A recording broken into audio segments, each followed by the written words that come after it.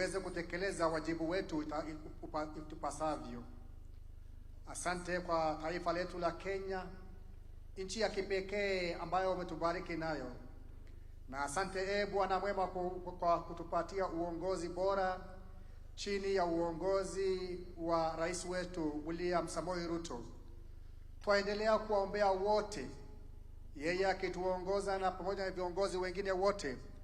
Uwajalie hekima kutoka juu mbinguni, uwajalie maisha marefu, na ubariki kazi na uongozi na wajibu wao. Waitekeleze kwa manufaa ya taifa letu la Kenya na kwa utukufu wa jina lako takatifu. Kikao hiki tujiachilia kwako, utamalaki kila kipindi, utuongoze na umoja, utuongoze na upendo, utuongoze na ujirani mwema, na utujalie ufanisi katika taifa letu. Haya tunaomba katika jina la Mungu Baba na Mwana na Roho Mtakatifu. Amen. Kwa heshima naomba tuweze kuketi.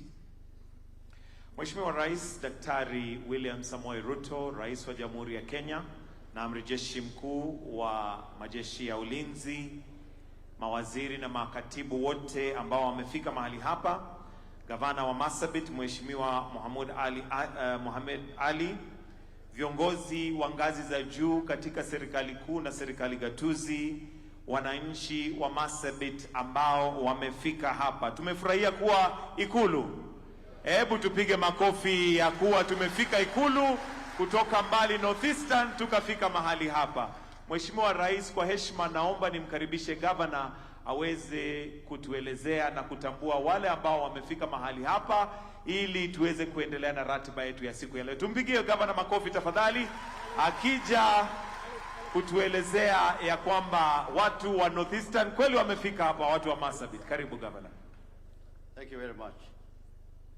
Basi, Your Excellency the President of the Republic of Kenya, Daktari William Samoei Ruto, viongozi wote ambao wameweza kufika siku ya leo, wananchi watukufu wa Marsabit, Assalamu alaikum. Amjambo nyote. Basi, Your Excellency, mbele yako ni watu wako wa Marsabit County, wametoka kila pembe la county na wamefurahi kuwa hapa siku ya leo. Nitafanya introduction kwa ufupi, tukianza na wakaaji wa Laisamis constituency. Tafadhali msimame juu na mwave kwa His Excellency the President. Watu wa Laisamis, ndio hawa watu wako wa Laisamis, asanteni sana. Wanaofuata ni wale wanatoka Northern constituency. Tafadhali msimame, mwave kwa President. Asanteni sana. Thank you very much. Tutafuata na watu wa Saku constituency. Tafadhali msimame juu. Ndio hao watu wa Saku constituency. Mwisho watu wa Moyale constituency. Tafadhali msimame juu. Asanteni sana. Asanteni sana. Thank you very much. Thank you very much. Your Excellency, Moyale population ya Marsabit kubwa wako Moyale, na vile wewe unajua iko hata Sololo ingefaa kuwa constituency yenyewe, ndio maana kidogo na wewe unajua wako wengi. Group ya pili, Your Excellency, na kujulisha ni professionals wetu wa county wetu. Tuko na jamii wengi katika county yetu, vile unajua kutengeneza ama kutayarisha trip hii tumekuwa tukiwasiliana na wao pamoja na elected leaders, professionals wa jamii wote wako hapa leo. Tafadhali msimame juu. Professionals wetu ndio hawa. Asanteni sana. Thank you very much. Thank you very much. Group wengine nataka kujulisha Your Excellency, tuko na senior civil servants. Hata PS tuko naye hapa, asante. Tuko na CEOs wa parastatos, tuko na madirectors, wote wako hapa na tunafurahi sana. Tafadhali msimame juu.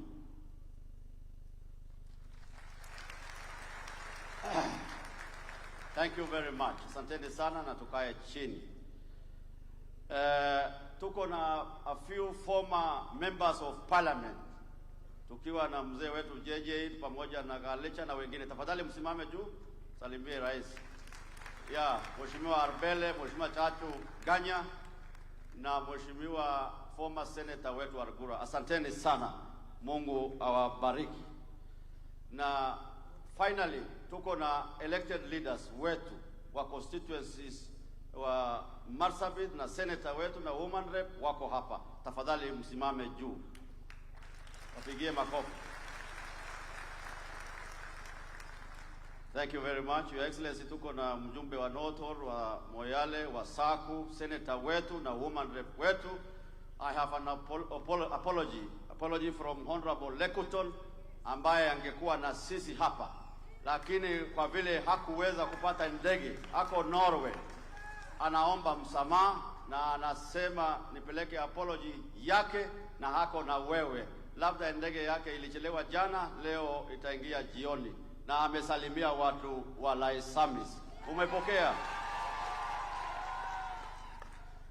Your Excellency, tunakushukuru sana. Umefanya bidii. Umesema hata ukiwa na kazi namna gani. Leo asubuhi tu ndio tumeelezwa ya kwamba umetoka kule ugeni. Sijui taifa, sijui jina lake, lakini umeingia leo asubuhi kusema kwamba kama uko na appointment na watu wa Marsabit, lazima utekeleze hiyo appointment, na tunakushukuru sana.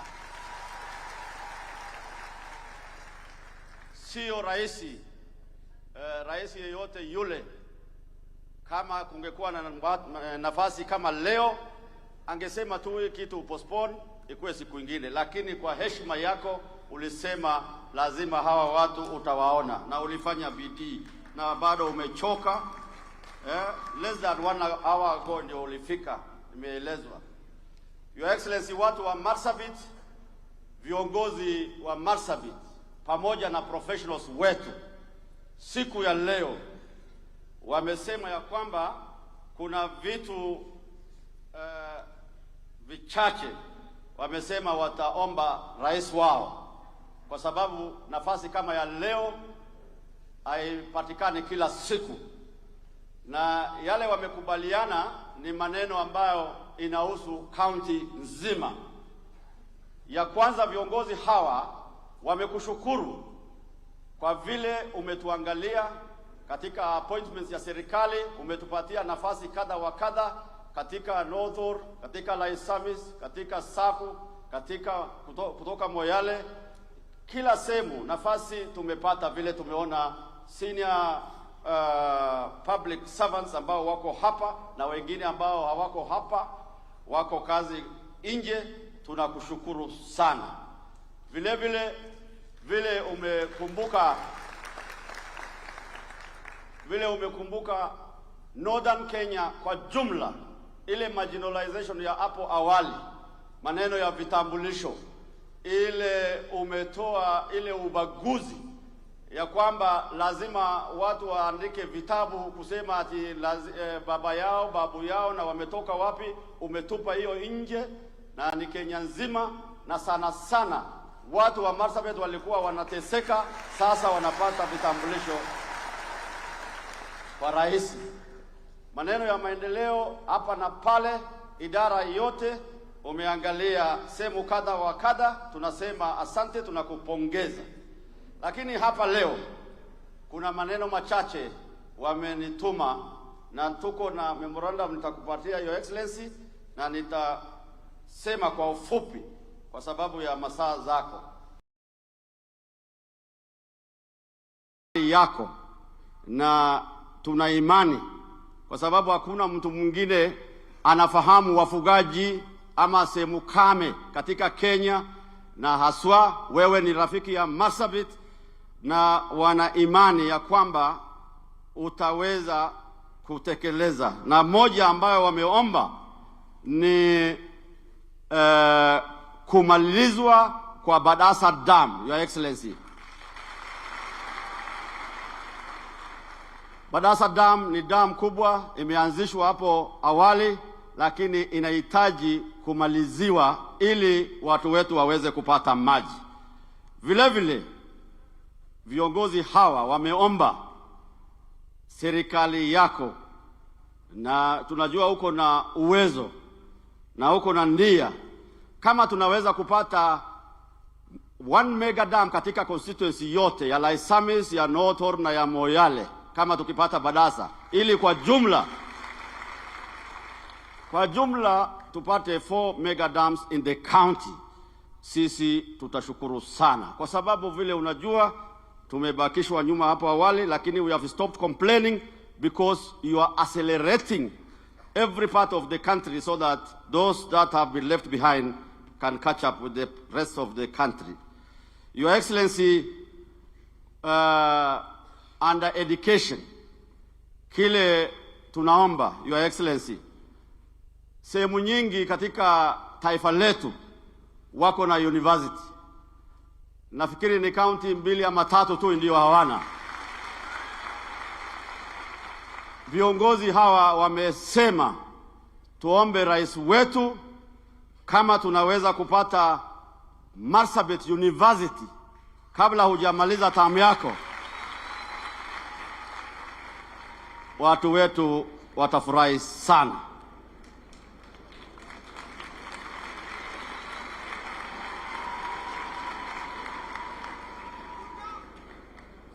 Jamani, tuko pamoja? Upande ya afya, Your Excellency, idara ya afya, healthcare services, watu wetu wanaomba wewe kwa heshima na kwa unyenyekevu kama unaweza kutusaidia na 1 level 6 hospital and a Kemri Research Center, kwa sababu tunajua na tunajisikia sasa tuko katika Kenya na tuko na rais wetu ambaye anajali maslahi ya kila sehemu. Hii rasilimali wewe ulikuwa unapeana kila sehemu, na ukipeana Marsabit hiyo watu wetu watafurahi. Upande ya umeme, energy and electrification, Your Excellency, as you know very well, Marsabit produces 360 megawatts from Loyangalani, from Lake Turkana wind power, and we are connecting it to the national grid. It is shameful, Your Excellency, as much as we produce that and we connect it to the national grid, Marsabit is not on national grid and it is in darkness. We still use generators. Your Excellency, you pronounced when you came to Loyangalani Cultural Festival, and your government has embarked on the program to connect Lake Turkana, Loyangalani from Lake Turkana wind power, and that work has begun. But what the leaders are now requesting, if we can connect Marsabit to national grid, Your Excellency, we will be very, very grateful to you and to your government. And towards that end, Your Excellency, as you know, we have the best speed wind in Africa, in Marsabit. If in your wisdom you can find how we can tap into that wind power energy further, we will be very, very grateful indeed. Your Excellency, under road and infrastructure, we are very grateful. The leaders are very grateful on behalf of our people. You already pronounced a few projects, and for the information, the bank quotas to Dirib, to Songa and Badasa, you've already said it begins. We are very grateful. You've already directed the construction of Maikona connecting to North Horr will have to be fastened and completed. We are very grateful. Your Excellency, you've already pronounced yourself on Oda Bute Danaba the section, and the minister has already promised and pronounced that he has divided those projects into 3 phases, and the one from Oda to Bute will be completed very soon because the contractor has been already identified. Your people are very grateful, Your Excellency. But towards that end, there is a road which has been begun. 20 kilometers has been done. It's a very strategic road. It is the road from Laisamis to Loyangalani through Ngurnet. Your Excellency, viongozi wanaomba kama unaweza kutusaidia hapo tumalize hiyo barabara, watafurahi sana. Vile vile watu wa Marsabit wanaomba na tukae kama sehemu zingine, one international airport during your reign, Your Excellency. Na kumalizia, Your Excellency, there are many feeder roads. Marsabit is the largest county in the country, 78,000 square kilometers. As much as we are focusing on these strategic roads, the internal roads many times are impassable. People are finding it very difficult to reach towns within constituencies. We are requesting not so much if the agencies, Kera, Kura, and other agencies that we have can just make those roads motorable. We don't want to be unreasonable to say they must be tarmac. No.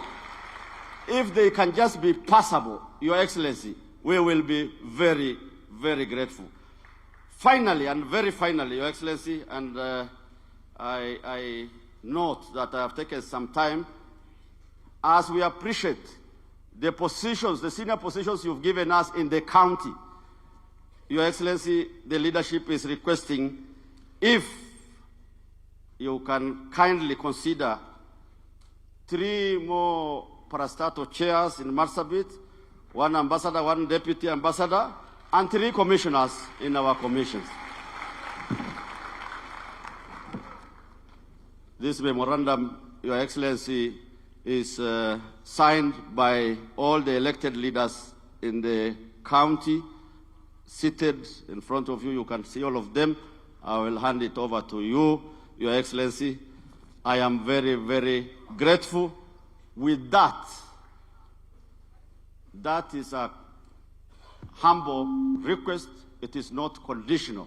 Whether that happens or not, people of Marsabit already have said 2 terms.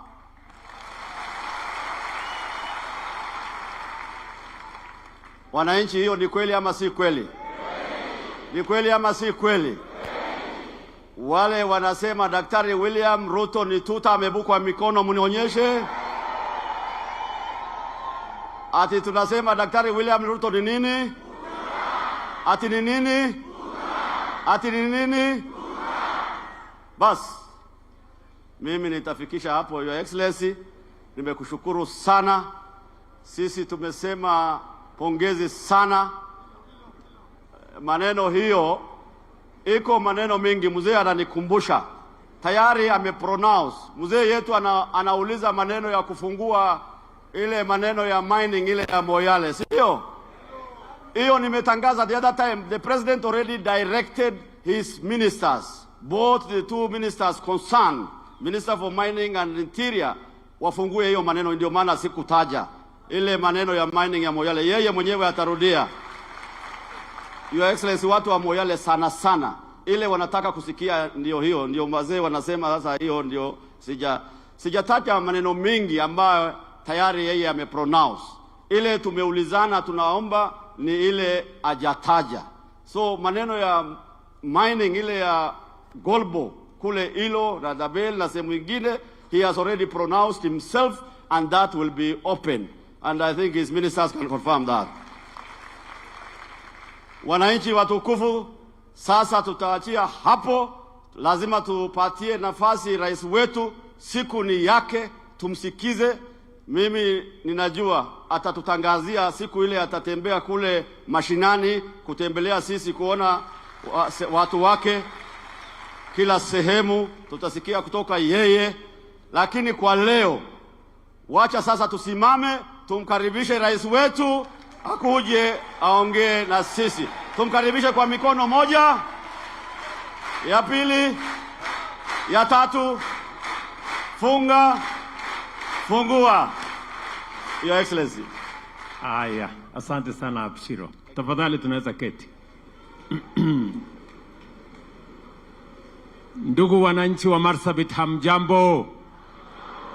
Marsabit hoye! Bultin naga! Nageni badada! Yoya! Amale yoya! Ijole urguftu! Mimi nimefurahi sana. Najua mimi nimefurahi sana. Mimi wacha nichukue nafasi hii kwa mara ya kwanza niwakaribishe watu wa kutoka kaunti ya Marsabit hapa katika State House. Karibuni sana. Nasema karibuni tena.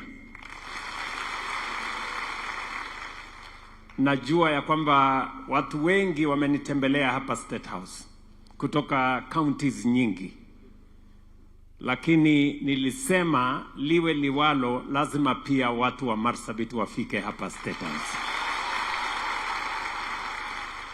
Jameni, mimi naelewa ya kwamba kutoka Moyale kufika hapa ni mbali sana, naelewa, lakini na najua pengine kulikuwa na matatizo, sijui tutafika namna gani, sijui itakuwa namna gani, lakini nimefurahi sana kuwaona. Karibuni. Hii State House ni yenu kama vile ni ya Wakenya wale wengine wote. Na furaha yangu ni kwamba leo watu wa kutoka kaunti ya Marsabit, watu wa kutoka mbali kule Sololo, watu wa kutoka kule Maikona, sijui Dukana, Loyangalani, sijui watu wa Ileret wako hapa kweli? Mimi naona watu wa Ileret wako area. Karibuni sana. Mimi nilikuwa Ileret, ni mwisho ya dunia huko mahali ingine. So mimi nimefurahi sana mumefika na karibuni. Najua wengi wangependa kukuja, lakini of course usafiri, masaa, magari imewazuia wale wengi, lakini wale waliofika hapa mumefika kwa niaba ya wale wengi ambao wako nyumbani, na mimi nitachukua nafasi yangu nikuje niishi huko Marsabit. Najua Marsabit sio mahali ya kuja siku moja na kurudi. Unakuja unakaa huko. Na niko na hiyo mpango. Kwanza mimi mbali na kusema karibuni hapa, nataka niwashukuru sana kwa urafiki wenu, ushirika wenu, na kwa kura mlionipatia nikawa rais wa Kenya. Mimi narudia tena na tena nikisema asanteni sana kwa kura zenu. Na niwahakikishie ya kwamba mimi nitafanya bidii ili kura mlionipatia iweze kuwa faida kwenu na faida kwa wananchi wa taifa letu la Kenya. Na sababu hiyo ndio nimebadilisha mambo mengi. Nataka tu niwaambie mambo matatu ama manne, alafu niseme mambo ya Marsabit, alafu niwaeleze vile tutasonga mbele pamoja. Ya kwanza, mulinipatia nafasi wakati tulikuwa na matatizo makubwa sana ya uchumi. Tulikuwa na madeni kibao, tukawa na matatizo ya inflation, tukawa na matatizo mengine mengi. Lakini mimi nilikuja hapa nikaketi chini na wale ambao niliwapatia nafasi ya kushirikiana na mimi katika uongozi wa Kenya. Tukarekebisha mahali kulikuwa na matatizo tukapunguza madeni ambayo yalikuwa yanakopwa kila wakati, tukashukisha maneno ya inflation chini. Leo nikisimama mbele yenu hapa, uchumi ya Kenya iko mahali pazuri kuliko vile ilivyokuwa 2022. Kwa wale ambao nyinyi ni wasomi, and I say this without fear of any contradiction, kwa wale ambao nyinyi ni wasomi, 2022 Kenya ilikuwa imeorodheshwa kati ya nchi ambayo itashindwa kulipa madeni yake, na it was among the 6 countries that were expected to default on their foreign financial obligation. Lakini mimi nilisema nikiwa rais wa Kenya, it will not happen. Na Mungu ametujalia. Kwa nchi 6 ambazo zilikuwa zimeorodheshwa kwamba itashindwa kulipa madeni, ni Kenya pekee yake. Out of the 5 countries defaulted, it's only Kenya that did not default. And today, uchumi yetu leo, tumefanya bidii. It is the 6th largest economy in Africa. We have reduced inflation. We have reduced exchange rates. Dollar ilikuwa 160 something, sasa dollar ni 129. We have made sure our economy is stable. Pesa ambayo tuko nazo za kigeni, ile inaitwa foreign exchange reserves, ilikuwa bilioni 5.7, leo ni bilioni 13 ambayo tuko nayo. So uchumi ya Kenya is much more stable than we were in 2022, and that is the correct position. Na ni kwa sababu niliwaeleza tutapanga mambo ya uchumi, kwa sababu tusipopanga mambo ya uchumi, Kenya itaenda mahali ambapo si pazuri. Jambo la pili, niliwaeleza vile vile ya kwamba nitapangana na mambo ya kilimo. Nyinyi mnajua wakati nimechaguliwa, watu walikuwa hapa kwa street wanatembea na sufuria kwa kichwa wakisema bei ya unga. Nyinyi pengine hamkusikia kwa sababu mko mbali. Hapa street kulikuwa na balaa kubwa hapa. Unga ilikuwa 250 per 2 kilogram bag, nini matatizo. Na mimi nikawaeleza ya kwamba njia ya kuhakikisha kwamba kuna chakula katika taifa letu la Kenya ni kubadilisha ama kutransform mambo ya kilimo. Sio kusubsidize ile inaitwa consumption, lakini ni kusubsidize production.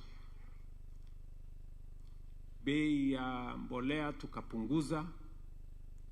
Wakora wale walikuwa wanatusumbua na mambo ya utapeli, brokers ambao walikuwa wamekuwa ndio wenyewe kule kwa makampuni ya sukari, kule kwa kahawa, kule kwa chai, tukawaondoa. Tukahakikisha kwamba kila mkulima tumemsajili.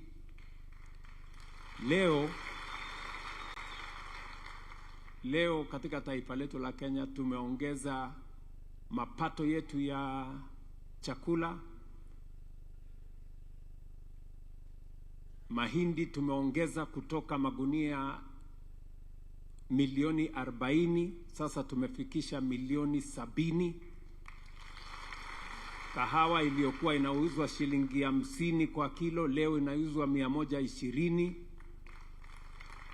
Ile makampuni ya chai ambayo ilikuwa ya makampuni ya sukari ambayo ilikuwa imekwama, tumezikwamua.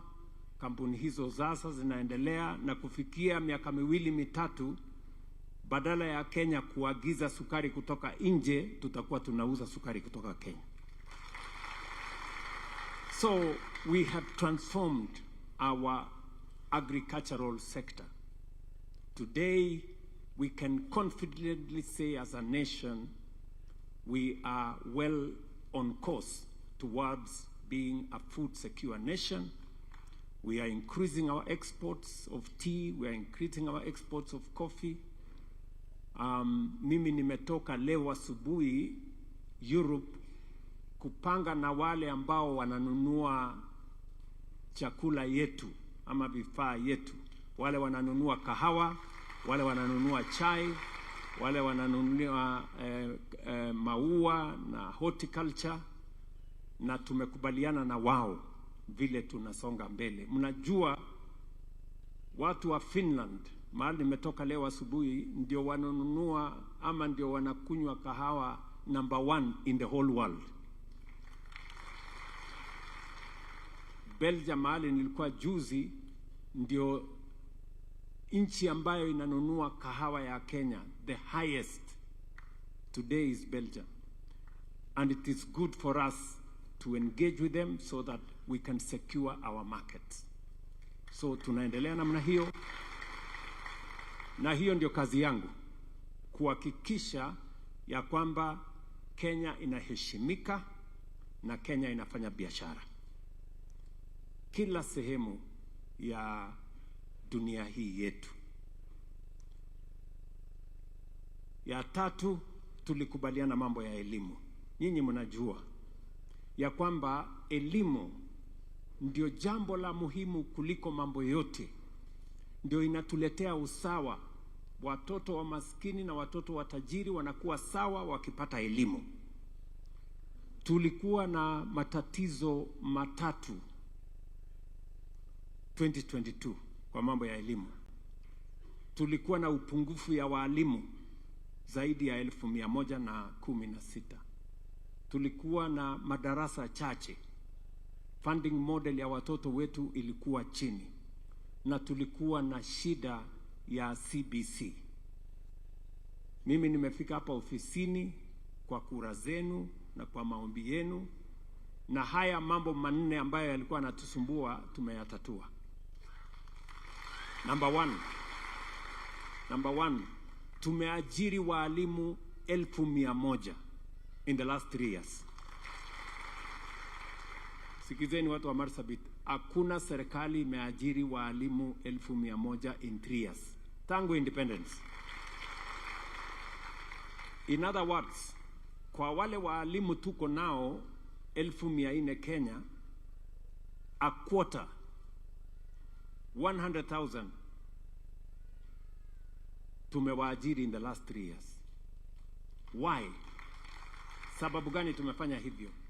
Kwa sababu elimu ni ya muhimu. Ndio inatuletea usawa. Kila mtoto wa Kenya aende shuleni lazima apatane na mwalimu. Tumejenga madarasa 23,000 kuhakikisha kwamba there are enough learning spaces. Tumehakikisha ya kwamba ile funding model ya watoto wetu inajali kila mtoto wa Kenya. Hata wale watoto kutoka jamii maskini wanapata nafasi sawa wakienda university, wakienda TVET, kwa sababu tumeongeza pesa ya kusomesha watoto wetu. Budget jana ilisomwa. Budget ilisomwa. Pesa ambayo tumeongeza ya watoto wetu kusoma in 2022 ilikuwa bilioni 500. Budget iliyosomwa jana ni bilioni 767 ambayo tumeongeza kuhakikisha kwamba watoto wetu wanasoma. Saa zingine unasikia watu wengine wanasema, oh, there is a crisis in education. You know, you wonder, how is there a crisis in education today when we have hired 100,000 teachers? When we have increased the budget of education from 500 million to 767 million? When we have built an additional 23,000 classrooms?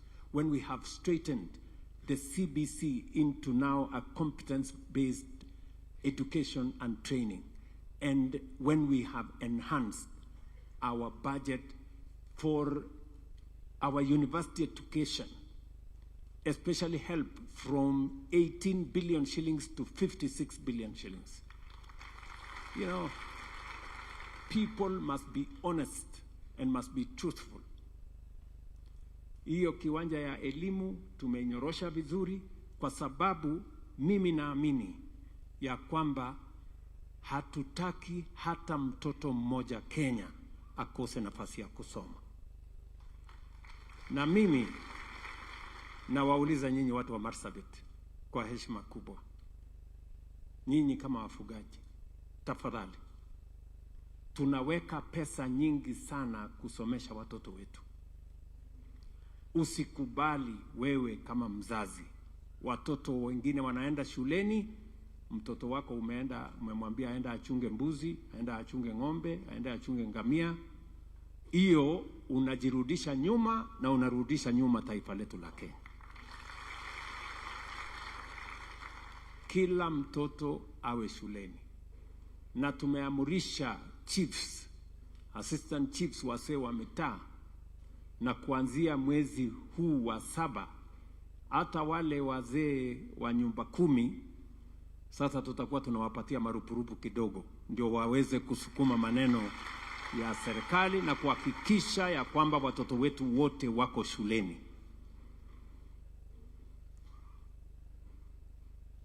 Mimi vile vile niliwaahidi ya kwamba tutabadilisha mfumo wetu wa matibabu.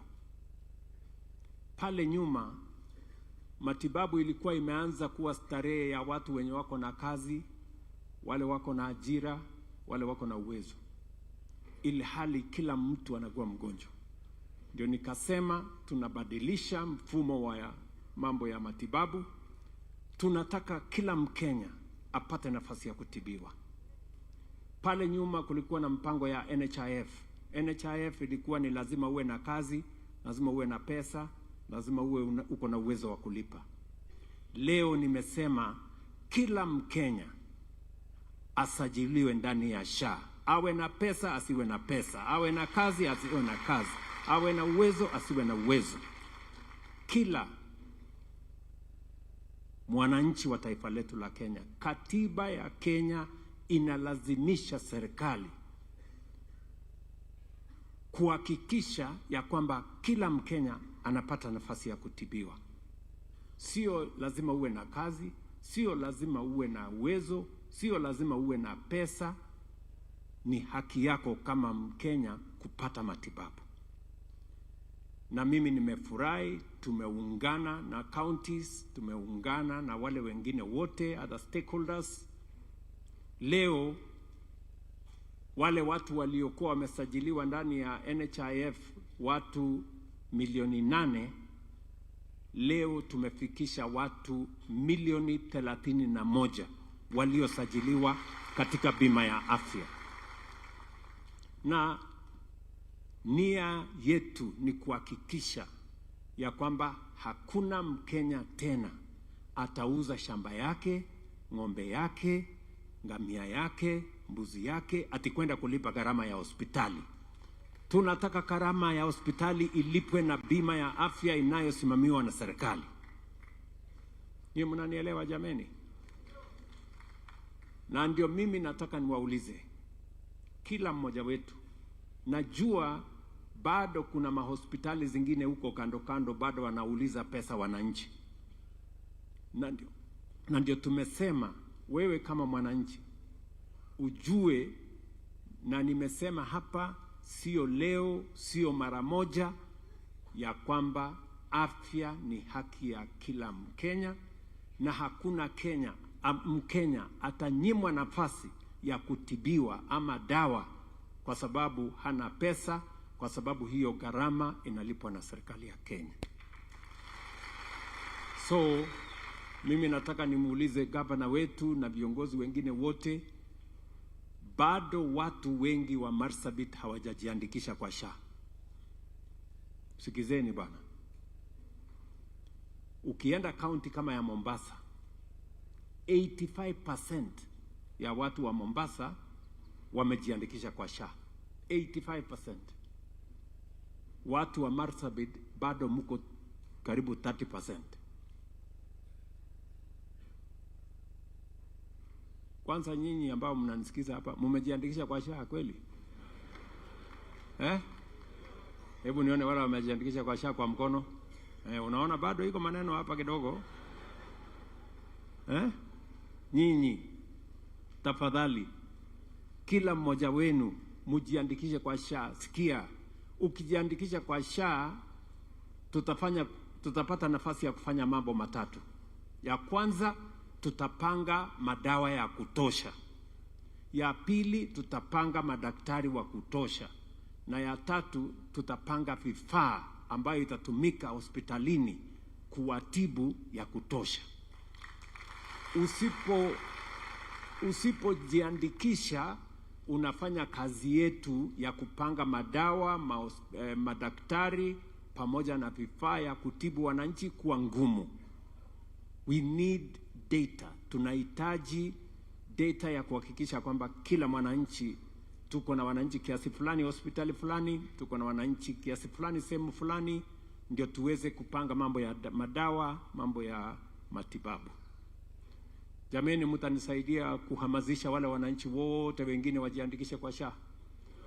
Tafadhali nawaomba, kwa sababu ni faida kwenu. Mkishajisajili ndio tuweze kutembea hiyo barabara tukiwa pamoja. Mimi vile vile ningependa kusema ya kwamba sisi tunaelewa ya kwamba tuko na nafasi chache ya ajira, na tulikubaliana na nyinyi ya kwamba tutakuwa na mpango ya vile tutapata nafasi na kupanua nafasi ya ajira kwa vijana wetu wa Kenya. Zaidi ya vijana 1,000,000 wanatoka shuleni kila mwaka, na hatuja kuwa na mpango kamili ya vile hawa vijana wetu watapata kazi, kwa sababu kupatikana kwa kazi lazima kuwe na mpango, lazima kuwe na taratibu, lazima kuwe na sehemu hawa vijana watapata kazi. Na ndio tulikubaliana tufanye mambo 4 ya muhimu ndio nafasi ya vijana wapate kazi. Number 1, tuwe na program kubwa ya public infrastructure inayohusika na mambo ya housing, kujenga masoko, kujenga hostels, barabara, public infrastructure. Na hiyo kazi inaendelea, na kupitia kwa hiyo mpango ya affordable housing, mkienda wale ambao mna relatives Nairobi na counties na towns zingine zetu zote, saa hizi tunajenga manyumba 1,300 Kenya. Tumeajiri vijana zaidi ya 1,700 katika hiyo mpango. Masoko ndio hiyo tunajenga, hostels ya vijana wetu ndio hizo tunajenga, ili tuhakikisha kwamba nafasi ya ajira inapatikana. Mimi nimekuwa Belgium kuongea na watu wa EU kwa sababu tuko na nafasi kubwa ya mambo ya business process outsourcing, ama kazi ambayo inapatikana katika mitandao. Tayari vijana 300,000 wanafanya kazi hiyo. Tunataka kuongeza vijana wanaofanya kazi pale wafike 1,000,000. Na ndio sababu hiyo nilienda kuongea na watu wa EU, kwa sababu kuna kitu inaitwa data adequacy ambayo tumekuwa tukiongea na wao, ndio tuwe na mpango ya kutosha kuunganisha Kenya na European Union. Tumekubaliana na wao kufikia mwezi wa 9 hiyo kazi itasonga mbele. Kufikia Januari next year tutakuwa tumeikamilisha, ndio tupanue nafasi ya vijana wetu ambao wanafanya kazi katika mitandao, digital jobs, digital commerce, business process outsourcing. Ndio tuhakikisha kwamba teknolojia na kazi ambayo ya future, unajua ajira za siku zijazo itakuwa inategemea teknolojia, itakuwa inategemea sehemu ya dijitali, na Kenya haiwezi kubaki nyuma. So we have now concretized agreement between Kenya and the European Union. When I was there in Brussels, we have agreed on data adequacy, that this will go to the European Parliament in the course of this, the next 2-3 months, and hopefully we can clear it by early next year, so that we can expand the opportunities in our digital commerce, in data centers, deploying technology so that we can create more opportunities for the young people of Kenya to work, including those from Marsabit. Hii mnanielewa jameni? So hiyo kazi yote tunaendesha, na ni haki yenu kujua kama mtu ambaye mumenipatia nafasi hii ya kuwa kiongozi wa taifa letu, ni vizuri niwaeleze ni kazi gani inaendelea, si ndio? So hiyo ndio kazi ambayo tulishirikiana na nyinyi, na nikawaeleza tutabadilisha taifa letu la Kenya. Mimi nataka niwahakikishie taifa letu la Kenya litabadilika. I am very confident. Hii Kenya itakuwa nchi ya maana sana, na mkisikia kwamba tutakuwa first world in this generation, msikuwe na wasiwasi, tutakuwa first world. Yes. Sikizeni, nilienda juzi, nilikuwa Norway, na nikapata nafasi ya kuongea na Prime Minister wa Norway, nikapata nafasi ya kuongea na waziri wa fedha wa Norway. Norway ni nchi ambayo iko na sovereign wealth fund, the largest in the world, $2 trillion. You know? Na hiyo sovereign wealth yao wamejenga in the last 30 years. Saa hizi katika Kenya tunamalizia kujenga sovereign wealth fund ya Kenya. Pengine nitaweka sahihi in the next 1 month or 2 months. Ndio sasa hata na sisi tuanze kujipanga vile wengine walijipanga, kutafuta utajiri ambayo itatusaidia kuendesha miradi yetu ya maendeleo na kuondoa umaskini katika taifa letu la Kenya. Ni mnanielewa? Kwa sababu unajua uongozi ni kitu ya muhimu.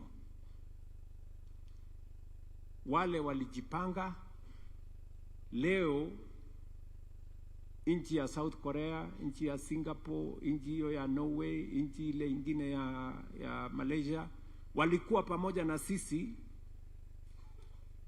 miaka 60 iliyopita. Leo wako first world, bado sisi tunang'ang'ana huku chini. Tofauti ni uongozi. So tukijipanga vizuri na tuamue mambo vizuri, hii Kenya tutaibadilisha. Na ni nia yangu kuhakikisha kwamba tunabadilisha hii Kenya. Unajua watu wengi hawakuamini. Ndio mlikuwa mnasikia wanasema huyo William Ruto anatuambia uongo, sijui anatuambia uongo. Walisema haiwezekani kuajiri walimu vile nilisema tutaajiri. Leo tumeajiri walimu 1,100. We have transformed our education the same way I had committed. Niliwaeleza ya kwamba tutabadilisha kilimo, hawakuamini, wakasema eti ni uongo. Leo kilimo imebadilika.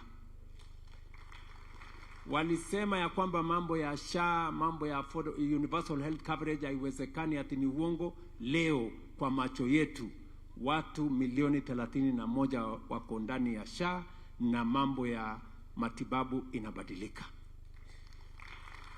Ni kweli ama si kweli? Yes. So mimi nataka niwahakikishie wale watu wote ambao walikuwa wanaamini ya kwamba haiwezekani, we are going to prove to them that it is possible to change our nation. Tunaelewana jameni? Yes, hawakuamini ati tunaweza kubadilisha kilimo. Leo kilimo imebadilika. We have done what no other administration has done. We've hired enough teachers, we've changed the funding model, we've built more classrooms, we've straightened CBC. We are moving forward as a country. So I just want to assure this great nation of ours, including the great people from Marsabit, that we are going to change our nation. wale ambao walikuwa wananiita majina, kuna siku watakuja kusalimu amri. Ndio? Yes. Wengine waliniita Zakayo, sijui Zakayo. Sasa hiyo Zakayo waliniita, si watu vijana 1640 wanafanya kazi kwa affordable housing? Si tunajenga soko 500 Kenya? Si tunajenga hostels ya vijana wetu 1180? Tuendelee ama tuendelee? Mnasema tuendelee ama tuendelee? Si walikuwa wanasema haiwezekani? Mambo ya kilimo niliwaeleza ya kwamba tutabadilisha kilimo, wakasema ati ni uongo. Leo mbolea ilikuwa 7,000, sasa ni 2,500. Mahindi tulikuwa tunazalisha milioni 40, sasa tunazalisha milioni 70. Bei ya kahawa ilikuwa shilingi 50, sasa ni 120. Tuendelee ama tuendelee? Si tunaelewana? That's what we are doing. Na hivyo ndivyo Kenya inabadilika. Niliwaeleza ya kwamba tutabadilisha hii dunia yetu. Unajua tumekuwa tukiongea, kwa mfano hapa Bomas of Kenya, tulikuwa tunaongea tutajenga hii KICC ilijengwa 1972. Tumekuwa tukizungumzia kujenga Bomas of Kenya for the last 30 years. Mimi nawahakikisha Bomas of Kenya mpya iko tayari. Na itasonga hii Kenya. Airport yetu hapa ilijengwa sijui 1972. Tulijaribu kujenga ingine, wakalete kelele nini. Mpaka saa hizi airport yetu iko canvas kwa tarmac. Tuko na aibu nyingi, lakini nataka niwahakikishie mwezi huu wa 7 tunaanza kujenga airport mpya. Na tuko na vile na pesa ya kujenga hiyo airport. Kwa sababu tunataka kubadilisha Kenya bwana. Kenya lazima inabadilishwa na miradi na mipango ya maendeleo. Haibadilishwi na matusi, haibadilishwi na kuitana majina, haibadilishwi na hiyo vitina ingine yote. Nasikizeni, hawa ambao wanajifanya ati wanataka kushindana na sisi ni watu wako chini sana. Wako chini. Wako down. Sikizeni niwaeleze. Watu wa Marsabit, tunaelewana? Yes. Lakini wacha niseme kuna mambo gavana wenu, na nimeongea na hawa viongozi wote. Na tumekuwa tukiongea mambo ya Marsabit, vile tunapanga mambo ya Marsabit. Kuna maneno kama 4 hivi ya muhimu mmeniuliza. Jambo la kwanza ni barabara zenu. Pale barabara zenu. Mnajua kuna barabara tulioanzisha hapo before the last election. Barabara ya Marsabit kwenda Segel. Hiyo ya Segel ilikuwa imekwama. Mimi nimelipa shilingi 1.4 billion kukwamua hiyo barabara na kuhakikisha kwamba inakamilishwa. Tuko na barabara vile vile iliyoanzishwa ya Segel Maikona mpaka ifike na Sparrows ya town. Pia ilikuwa imekwama. Nimetoa shilingi 1.8 billion kukwamua hiyo barabara na kuhakikisha kwamba tutaikamilisha. Na barabara za town hapo Maikona hiyo tutaitengeneza. Tuko na barabara ambayo ilianzishwa ikakwama pia, ya kutoka Oda kwenda Bute mpaka Tanaba, si ndio? Contractor amehangaika hapo. Kwanza huyo contractor alikuwa msumbufu sana. Sasa nimesema huyo contractor, wacha nitafutie kazi nyingine, wacha nilete contractors wengine. So tumegawa hiyo barabara ndio itembee haraka. Tumesema badala ya kuwa 1 contract, wacha tubadilishwe iwe 3 contracts. Ndio tuwe na contractors 3. Ndio barabara hiyo itembee haraka. Si namna hiyo? So tumesema tutatafuta contractor mmoja kutoka Oda kwenda mpaka Bute, na sikizeni hii Jumanne inayokuja Tuesday ndio tunatangaza kandarasi. Tayari nimeweka pesa ya kwanza shilingi milioni 300 kutengeneza hiyo barabara. Kutoka tena Bute kwenda mahali inaitwa Garar, hapo Gurar kuelekea kule Wajir North, pia tunatangaza kandarasi ingine ndio iweze kutembea Tuesday. Na kutoka Gurar kwenda mpaka Danaba pia tunaweka kandarasi mwingine mpya, a different one. Hiyo barabara yote tuweze kukamilisha, kwa sababu tukiweka contractor moja atachukua muda mrefu. So tukasema tugawe mara 3 ndio hiyo barabara iweze kutembea haraka, na tumekubaliana na hawa viongozi. Mumeniambia pia kuhusu ile barabara tulitengeneza kutoka Laisamis kwenda Ngurunit. Tulitengeneza hiyo barabara, lakini tulitengeneza low volume, sasa imeraruka kidogo. So nitarekebisha hiyo barabara, nitaweka overlay. Nimeambia waziri wetu afanye hivyo. Alafu sasa kutoka Ngurunit kwenda wapi? Loyangalani, si ndio? Lakini hii Loyangalani iko mbali bwana. Mutakubalia nifanye step 2, si ndio? Nitangaze another 50 kilometers kwanza, alafu niongeze hiyo ingine ifike Loyangalani. So pia on Tuesday tunatangaza hiyo kutoka Ngurunit, tuanze sasa kusukuma iende Loyangalani. Tutamalizia hapo katikati. Na kuna security roads zingine ndogo ndogo ambazo nimeongea na hawa viongozi, na nimeambia waziri wangu apange vile tutahakikisha kwamba zile security roads ndogo ndogo tumetoa milioni 100 kutengeneza barabara za maram ambazo tutakubaliana na viongozi wenu. Jambo la pili kuhusu hiyo mambo ya barabara vile, nimezungumza na marafiki wetu wengi wakiwemo watu wa World Bank na wengine, na tena tumepata pesa bilioni 2 ya barabara za Marsabit.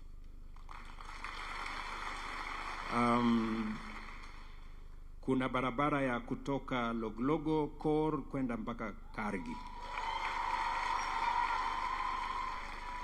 Hapo tumeweka milioni 380. Na tayari contractor yuko pale. Nataka itengenezwe. Tulimobilize hii mwezi wa 4. Nataka itengenezwe, na mimi nitakuja mwenyewe pale kuja kuziangalia. Kuna barabara pia ya North Hor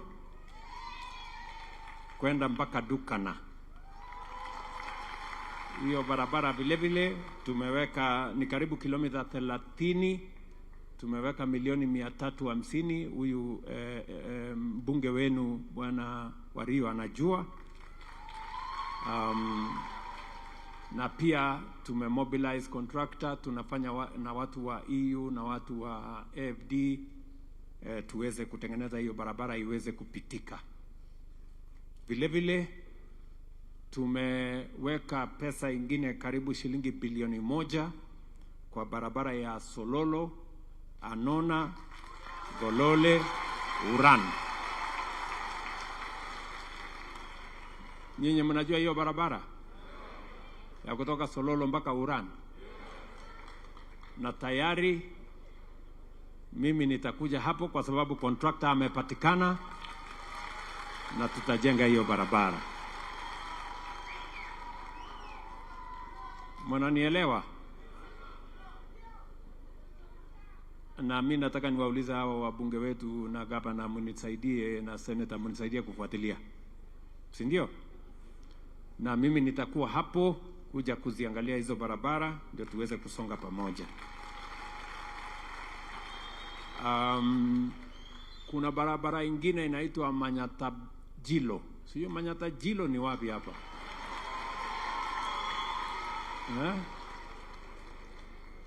Manyatta-Jilo, si ndio? Na mahali inaitwa Gororugesa.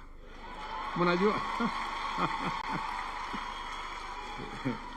Hiyo barabara vile vile nimeweka milioni 100, nataka tutengeneze hiyo barabara yenu. Na tayari kandarasi tumemaliza na contractor amepatikana, tunakuja kutengeneza hizo barabara. Watu wa Marsabit mnanielewa?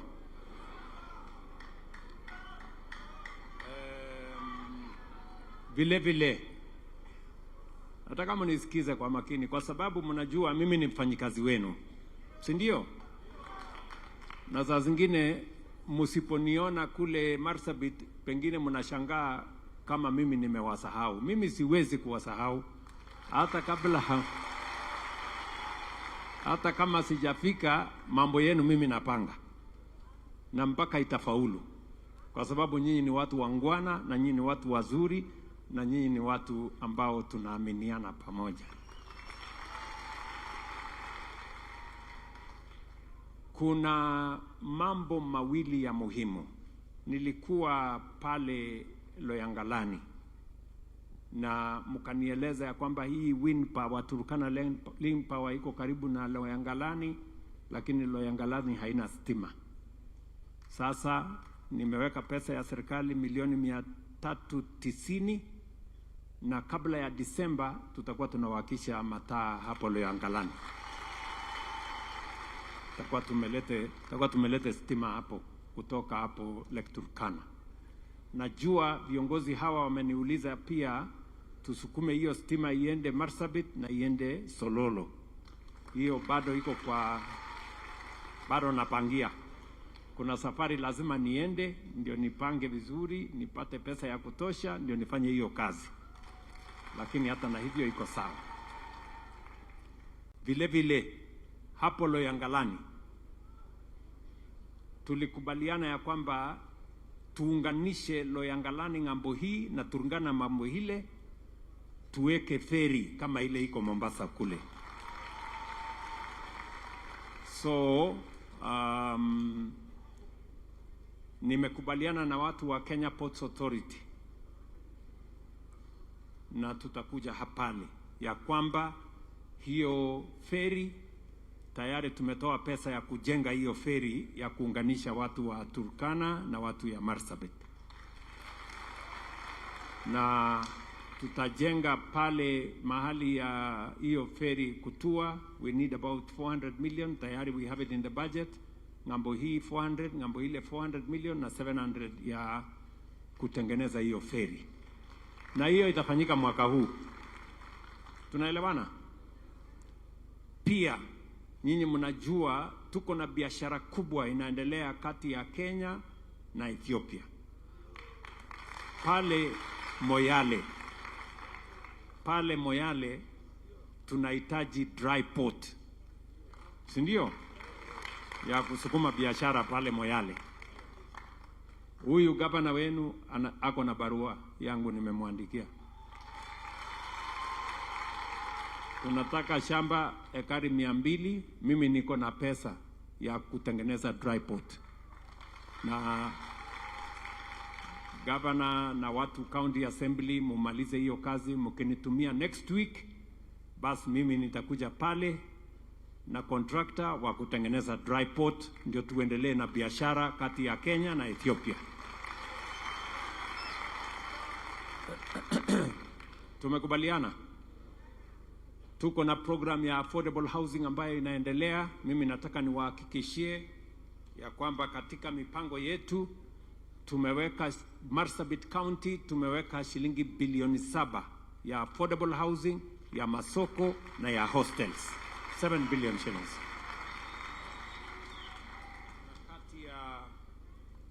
Kati ya sehemu ambazo tumezipangia ni kwamba hapo Saku, najua mnajua inaendelea saa hizi, we have already awarded a 700 million program ya affordable housing. Maikona tume award tayari affordable housing ya shilingi bilioni 1 pale Maikona. Tumekubaliana tunaweka affordable housing Laisamis, North Horr, Sololo.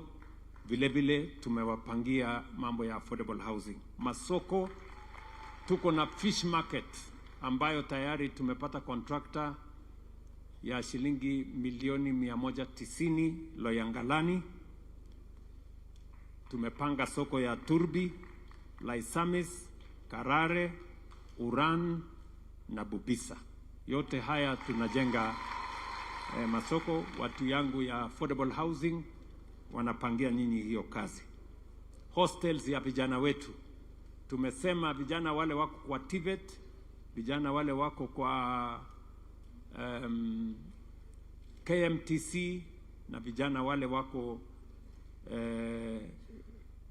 katika program hizo pia tuwajengee hostels. Katika mpango yetu tunajenga hostels ya vijana 1500 Marsabit.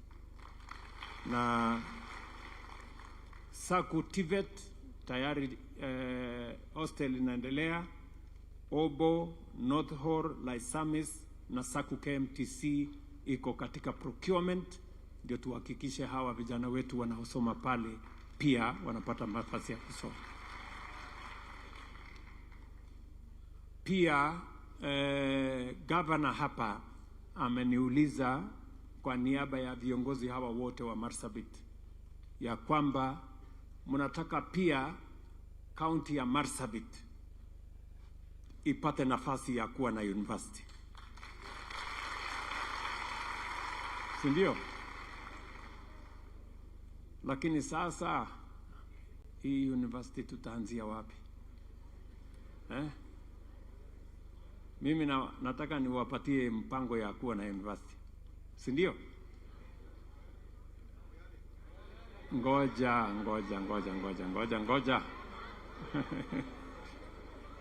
Shida yenu ni mashindano kila wakati. So nimeshaongea na university yetu ya Egerton University kwa sababu wao ndio wanafanya mambo mengi ya ufugaji. Nyinyi mnanielewa? Nimeshaongea na wao na tayari tumekubaliana, wameenda wakafanya maneno mahali inaitwa Karare hapo.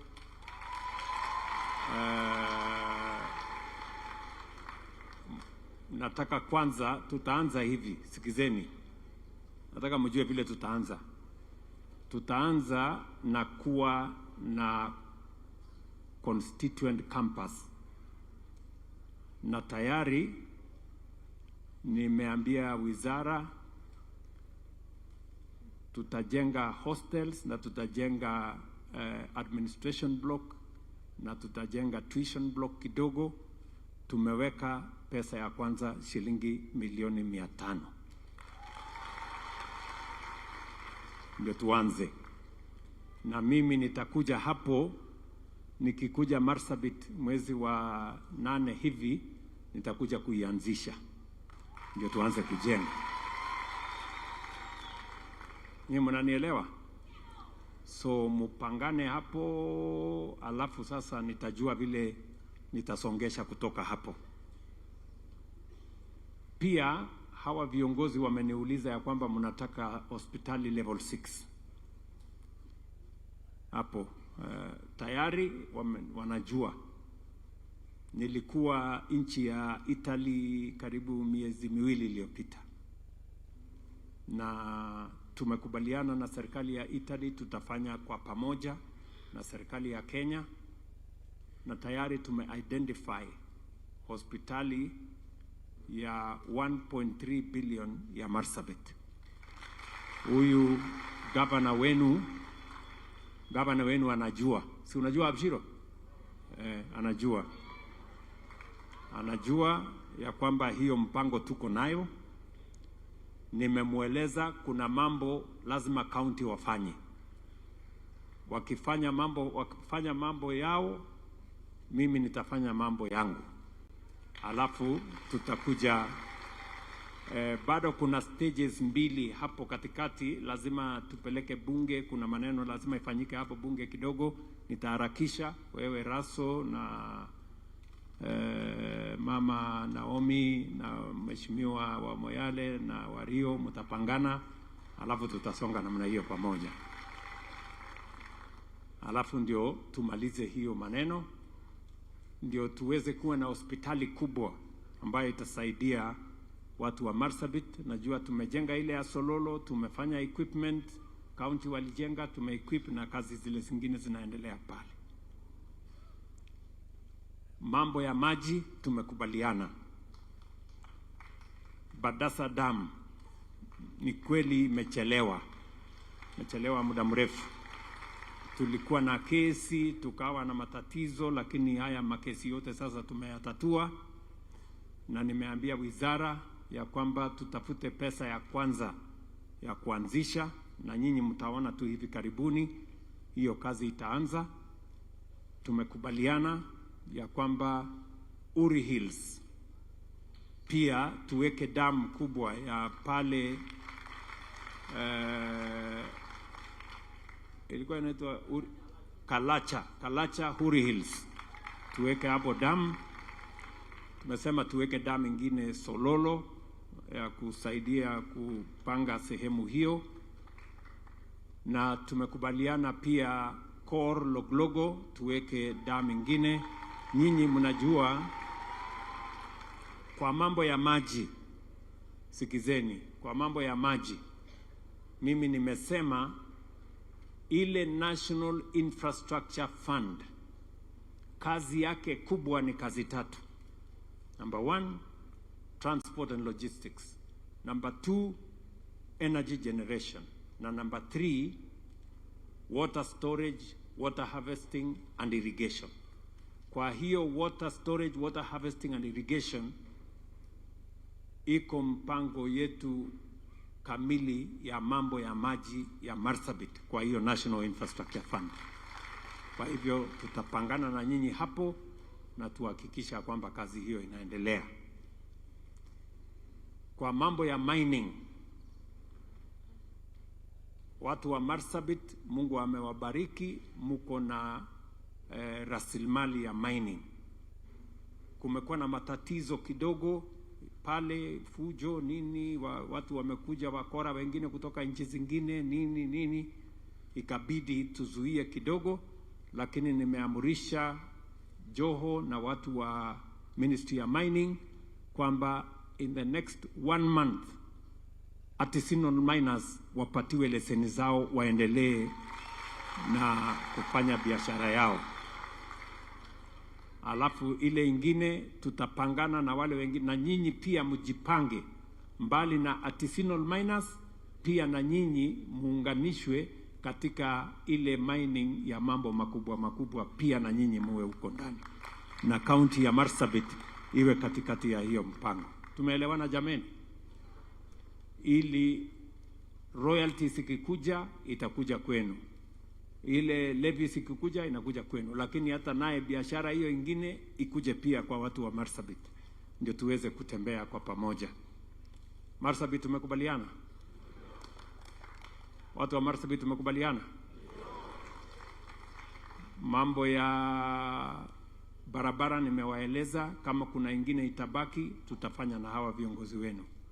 Maneno ya maji tumekubaliana, ile ingine imebaki tutashirikiana na hawa viongozi wenu. Na hawa viongozi wenu hawahitaji appointment ya kuja kuniona, so hawa watu wanakuja hapa wakitaka, si ndio?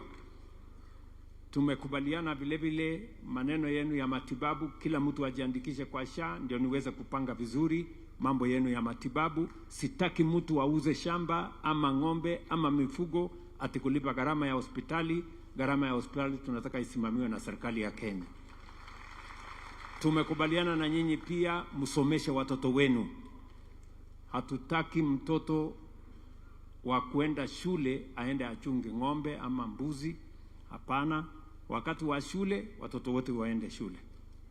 Tumekubaliana na nyinyi maneno ya stima tayari. Nataka mnisikize kwa mambo ya stima, mbali na yale tumesema kuhusu maneno ya grid.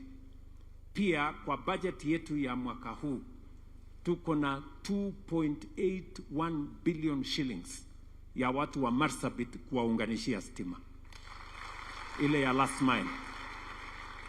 Tuko na mini grids, na mjue umuhimu ya mini grids.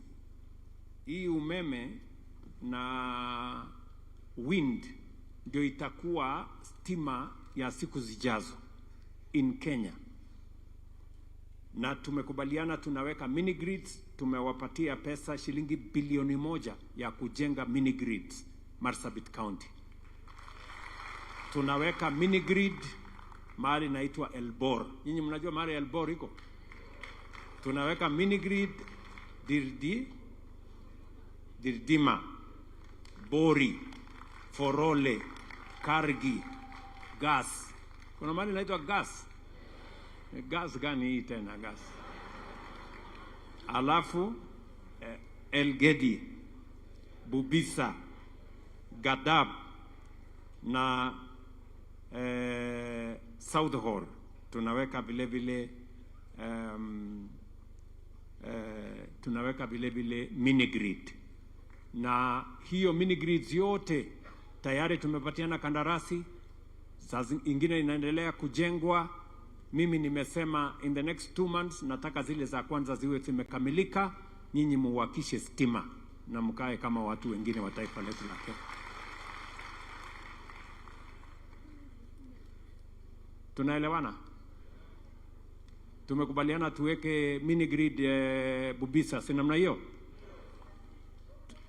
Tuweke ingine dunia hiyo ingine yote, si namna hiyo? Na kazi hizo zingine zote tutashirikiana. Kuna maneno ambayo hatujasema leo. Mimi nitakuja Marsabit niketi chini ya miti mnieleze.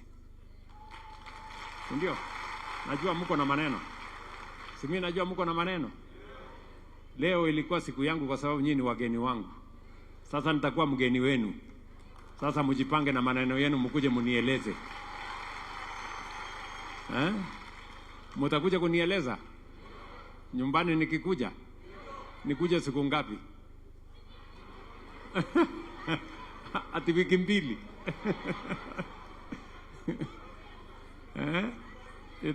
Nitakuja at least siku 3 nikae hapo niangalie vile maneno inaendelea, alafu tuongee, ndio mniambie yenu. Hiyo ingine wacha mimi nipange nikamilishe, ndio tuende mbele pamoja. Si namna hiyo? Marsabit hoye! Marsabit hoye! Mnasema tuendelee na hii kazi? Nipange hii ya barabara nimalize? Ya maji? Ya kusomesha watoto? Ya university? Ya stima? Nipange hiyo yote? Hebu ni wale wanasema nipange hiyo maneno yote. Si ndio? Nasikizeni watu wa Marsabit. Watu wa Marsabit, nataka muelewe ya kwamba mambo yenu ya Marsabit, vile viongozi wenu wamesema hapa, pale nyuma kulikuwa na ubaguzi. Pale nyuma mtu wa Marsabit kupata kitambulisho ilikuwa ni kizungumkuti. Unaulizwa maswali kutoka hapa mpaka Johannesburg.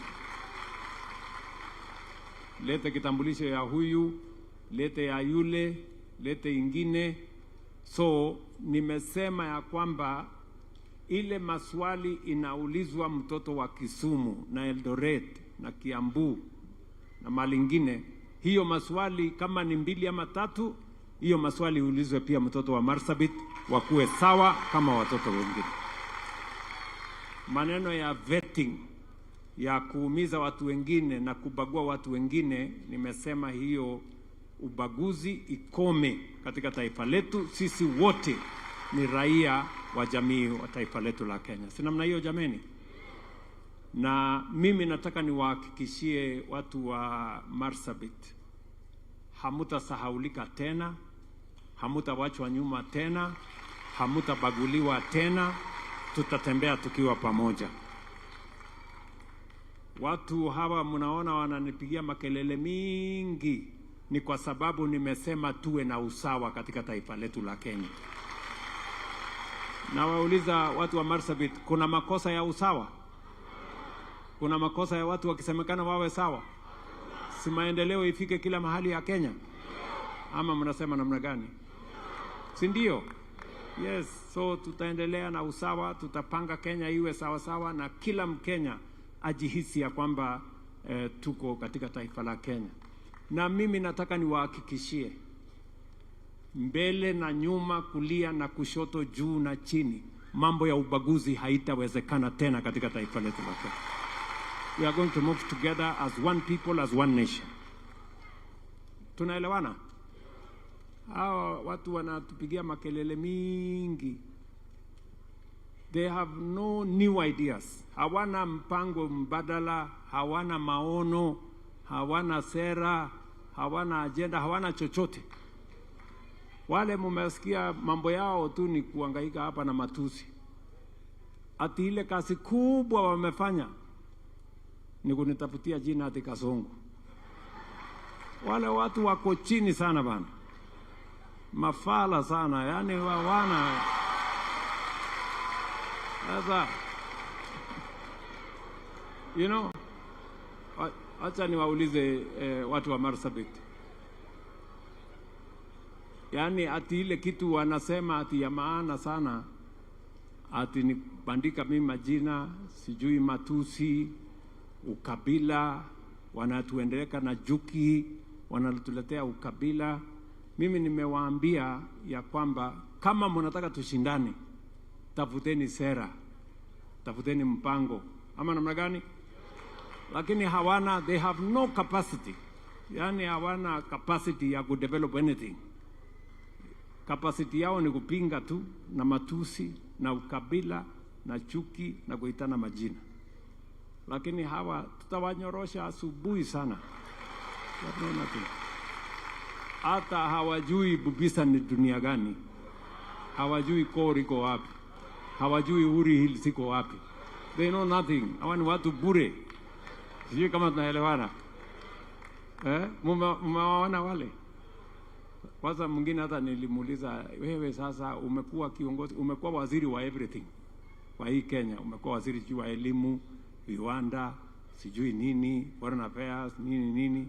Na hiyo wizara yote ametangatanga huko, hakuna chochote inakumbukwa ati alifanya. Uzurura tu. Alafu sasa 50 years later unasema ati umekuwa mwerevu all of a sudden. How? Sijui kama tunaelewana my friends. Marsabit, tuendelee ama tuendelee? Si tuendelee?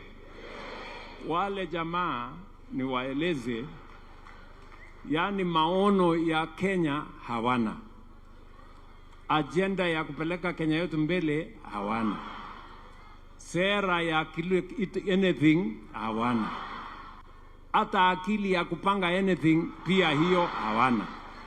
Sasa ni watu bure. Anyway, so wacha nisiseme kuzidi hapo. Mimi najua mmetembea safari mrefu, si ndio? Kwa sababu ya urafiki na kwa sababu ya mapenzi.